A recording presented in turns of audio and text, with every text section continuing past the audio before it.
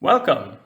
Poland was not a participant in the Great War because it did not exist as an independent entity, but Poles did fight on each side, mainly with the same goal: to establish a new Poland that would unite all Poles in the region, regaining some or all of the territory that the Commonwealth had once ruled over. In this episode, I will take a look at their efforts along with the eventual outcome. Poland ceased to exist in 1795 when three major powers, Russia, Prussia, and Austria, divided the remaining Polish territory among each other. Poles continued to live in these three countries for the next 120 years, but in the early 20th century, as tensions between the great powers continued to grow, some prominent figures like Józef Pilsudski tried to organize national resistance and prepare for the next conflict. With Austro-Hungarian support, he set up a paramilitary school in Krakow, and when World War I started, he saw it as an excellent chance to establish an independent Poland. While others, like Roman Dmowski and his Polish National Committee, supported Russia, a country that promised greater autonomy, Pilsudski sided with the Central Powers.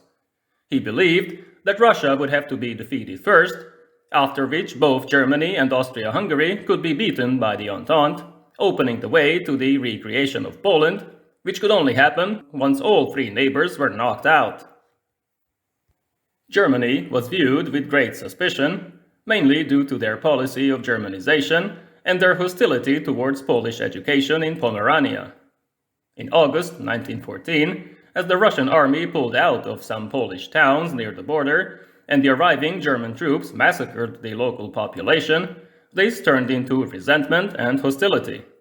In the same month, Pilsudski established the Polish legions within the Austro-Hungarian army to fight against Russia, and the Polish military organization for intelligence and sabotage purposes, but he secretly promised Britain and France that his forces would never fight against them.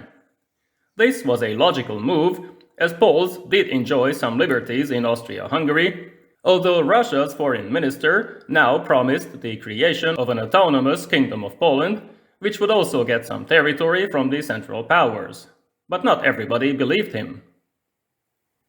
The Polish legions organized volunteers into two sections, but after the Russian victory in the Battle of Lemberg, the Eastern Legion refused to fight against them and was disbanded, while the Western Legion participated in subsequent engagements, like the Battle of Rafailova, with its three brigades, stopping the Russian advance and trying to regain lost territory.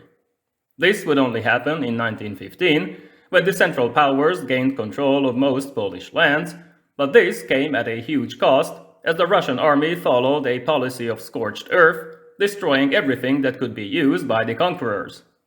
The region was turned into a battlefield. The cold winter only increased the suffering. The PMO became a semi-legal organization, supported by the Germans, who used it to gather information. At the same time, hundreds of thousands of ethnic Poles were drafted into the three armies. They sometimes fought each other, suffering heavy casualties, as the two sides tried to knock each other out. 1916 seemed to be a turning point. In July, the Brusilov offensive commenced. It pushed back Austro-Hungarian forces, although the Polish units delayed their advance in the Battle of Kościuszówka, losing 2,000 men. After this, Pilsudski demanded more concessions from the Central Powers as a recognition of the sacrifices the Poles were making. A few months later, in November, both emperors announced that a Polish state would be established, without naming the future Polish leader. Both Germany and Austria-Hungary had plans regarding a future Poland, but by that time it was obvious that the Germans were in a much better position when compared to their much weakened partner. However, it was also obvious that this new Poland would be a client state, run by and for Germans, with the aim of exploiting local resources and manpower for the benefit of the Central Powers. Military recruitment started immediately, with meager results, as the population wanted actual progress instead of empty promises. In January 1917, a provisional government was established, with 15 members chosen by Germany and 10 selected by the Austrians. Pilsudski was put in charge of the military commission, but in the same month, American President Woodrow Wilson made a proclamation favoring a unified and independent Poland, while in February, the Russian Revolution and the Tsar's abdication reinforced pro-Entente sentiments among Poles who were unsatisfied with the level of autonomy that had been granted mainly by Germany. In April, the provisional government was given authority over education, the courts, and propaganda, but this was not enough. A new crisis soon broke out over military matters. The Royal Polish Army was being formed, with the legions as its backbone. In July, many members of this new army, along with Pilsudski himself, refused to take the oath, partly because they would have to pledge loyalty to the Kaiser. Pilsudski was arrested and sent to a prison in Magdeburg. 1st and 3rd Brigades were disbanded. 3,000 of their soldiers were drafted into the Austro-Hungarian army, while many more were interned in camps. 2nd Brigade and its 7,500 men took the oath. They continued to serve at the Eastern Front under Józef Haller, becoming the Polish Auxiliary Corps, but there was no progress in further recruitment.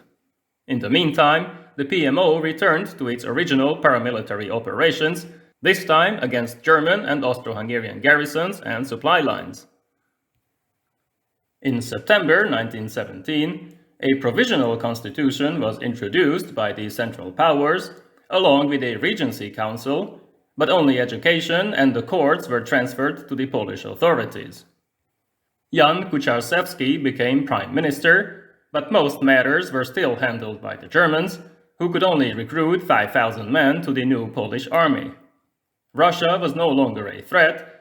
The Bolshevik Revolution in October ensured internal division and weakness, so the Central Powers continued to advance and take more territory, but they were also running out of resources. When the Treaty of Brest-Litovsk was signed in March 1918, it gave huge amounts of land to Germany and greatly extended its influence over the newly created states of Estonia, Latvia, Lithuania, Poland, Belarus, and Ukraine. However, the terms outraged the remaining loyal Polish forces. 2nd Brigade, which was stationed near Bessarabia, rebelled and switched sides, merging with the Polish 2nd Corps, which had been fighting with the Russians after their first revolution. They were then beaten in another battle in May. The unit was disbanded. Most of its soldiers were imprisoned by the Germans, but their leader, General Haller, escaped to France, where he assisted in the creation of the Blue Army, a pro-Entente Polish force that served on the Western Front. Another Polish formation fighting with the Russians, 1st Corps, surrendered, but it would soon become the basis for a new Polish army. Once the German spring offensive petered out in France, the Central Powers were spent. They no longer had the military might to prevent an Entente breakthrough. Austria-Hungary was falling apart. Already in early October, administration in Warsaw was handed over to Polish civil servants, and by the end of the month, command over Polish forces was also given to the Regency Council. Another Polish government emerged in Lublin, but they agreed to cede all authority to Pilsudski, who was released 3 days before the armistice and promptly returned to Warsaw. German troops refused to open fire on Polish protesters. They were soon disarmed, while the Regency dissolved itself and all local governments pledged allegiance to the provisional chief of state, who was Pilsudski himself. During these years, more than 2 million Poles were conscripted into various armies. 800,000 of them served in the Russian army alone. More than 1 million people, soldiers and civilians, died. Almost 2 million buildings were destroyed, along with half of the bridges. Poland was reborn, but its population was starving, and its borders were threatened by old and new neighbors, while internal reorganization was also badly needed. I will talk about this period in another video. Thank you for watching. See you next time.